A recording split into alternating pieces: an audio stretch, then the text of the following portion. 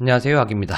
자, 오늘은 저희 방에서도 얘기가 많이 나오는데 GBTC에 대해서 한번 얘기해 보려고 합니다. 그레이스케일이라고 들어보셨죠? 지금 이 하락세를 만들고 있는 주된 원인이 그레이스케일에서 GBTC 매도 물량이 나오기 때문에 하방을 하는 게 아니냐. 그래서 GBTC 매도 물량 나오는 11시마다 사람들이 공포에 떨고 있어요. 오늘도 던지냐, 오늘도 또 GBTC냐, 또 그레이스케일이냐 라고 이제 막 얘기를 하시는데, 자, 그 부분에 대해서 제가 조금 저희 방에서 이거는 좀 진짜 많이 좀 알아보고 찾아봤거든요. 그래서 그 부분을 좀 정리해드려서 이해를 시켜드리고 싶어서 한번 컨텐츠로 다뤄봤습니다. 내용은 그레이스케일과 GBTC가 되겠네요. 자, 그러면 영상 시작을 해볼 텐데 ETF 승인 당시로 한번 가볼까요?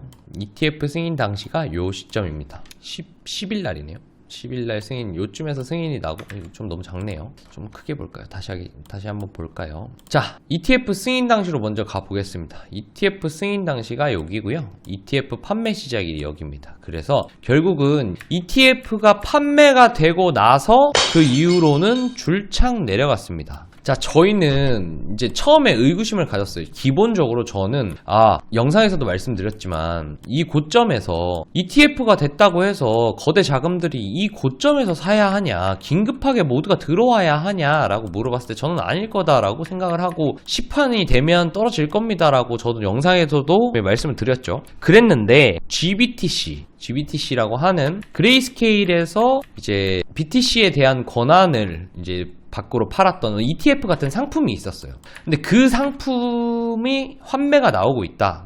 매일 뉴스가 나오죠. 지금 보시면 그레이스케일 1조 원 팔았다. 비트코인 4만 달러 붕괴됐다. 50일 만에 4만 달러가 무너졌다. ETF 거래 이후 계속 매도를 하고 있다. 그리고 비트코인 4만 달러 하회하고 그레이스케일 환매 압력이 계속된다. ETF 상장 후 14% 빠졌다. 매일, 그리고 주기적으로 계속 그레이스케일의 GBTC를 매도하고 있다 라는 압박이 많은데, 그래서 많은 분들이 이제 이런 얘기를 하시더라고요. 이거 그레이스케일 때문에 빠지는 건가요? 이런 얘기를, 그래갖고 그레이스케일이 엄청 안 좋은 것처럼 얘기를 하시던데, 자, 그레이스케일은 어쨌든 판매를 하는 곳이고, 고객이 판매를 하고 싶다고 하면 팔아야 하는 상황입니다. 근데 여기서 좀 중요한 게 있었어요. 그래서 우리가 처음에 왜 이 표를 먼저 보여드리기 전에 일단 여기에서 고점을 찍었을 때 왜 가격이 못 올랐을까에 대한 걸 여기서 이쯤 왔을 때 저희가 방에서 엄청 얘기를 많이 해봤거든요. 토론을 많이 하고 왜 그럴까에 대한 생각을 해봤는데 좀 이상한 점이 있었어요. 지금 고점에서 보면 ETF 승인 날이잖아요. 근데 그때 뭔 얘기가 나왔었냐면 ETF 매수 금액이 엄청 많았다라고 얘기를 했어요. 찾아보시면 그래요. ETF의 매수 금액은 계속해서 증가하고 있습니다. 근데 왜 가격이 떨어져? 라는 생각이 들었던 거죠. 그래서 저희가 이제 생각을 했던 부분이 GBTC가 던지니까 떨어지는 건가? 아니면 ETF를 사는데 왜 떨어지는 거지? 이런 고민들이 많았을 때 어떤 얘기가 나왔었냐면, 이 GBTC가 ETF로 전환이 된다. 치환이 되고 있다. 그러니까 거래량은 늘었는데 가격이 여기에서 크게 떡상하지 못했던 이유는 뭐였냐면, GBTC로 BTC 100개를 팔고 다시 ETF 넘어가가지고 100개를 사버리는 거예요. 매도, 매수.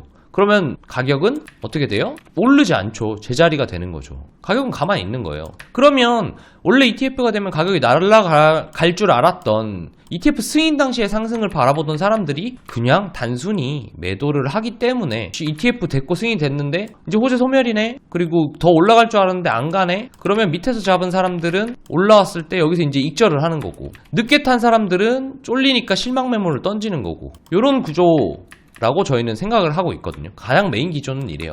그걸 반증하는 데이터가 뭐냐라고 하면, 이제 어제자로 좀 정리가 됐던 건데, 여기 보시면 이제 일별로 10일부터 ETF와 GBTC의 관계에 대해서 이제 좀 정리되어 있는 표가 있어요. 지금 밑에 보시면 이게 순매수, 순매도 양이거든요. 누적으로 보여주는 거예요.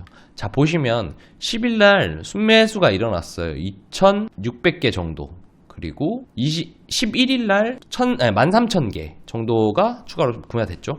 그리고 10일날 5,000개, 그 다음에 매도로 돌아섭니다. 16일날. 그러니까 어떤 관계냐면 GBTC 플러스 ETF 구매와 매도를 똔똔을 쳐보니까 계산을 상기 처리를 해보니까 이때부터 마이너스가 나기 시작하는 거예요. 3,000개 뭐 이런 식으로. 누적해서 다시 10,000개를 더 샀다가 뺐다가 또 3,000개가 마이너스 났다가 300개 플러스로 갔다가 1,700개 최종적으로 이미 24일 기준으로는 마이너스가 난 거죠. 그러니까 결론적으로는 GBTC가 예를 들어서 그러면 GBTC가 비트코인을 뭐 5만 개를 팔았다고 치더라도 ETF를 48,300개를 산 거예요. 그러니까 결론적으로는 상계 처리를 해보니까 마이너스가 1,700개밖에 안 되더라.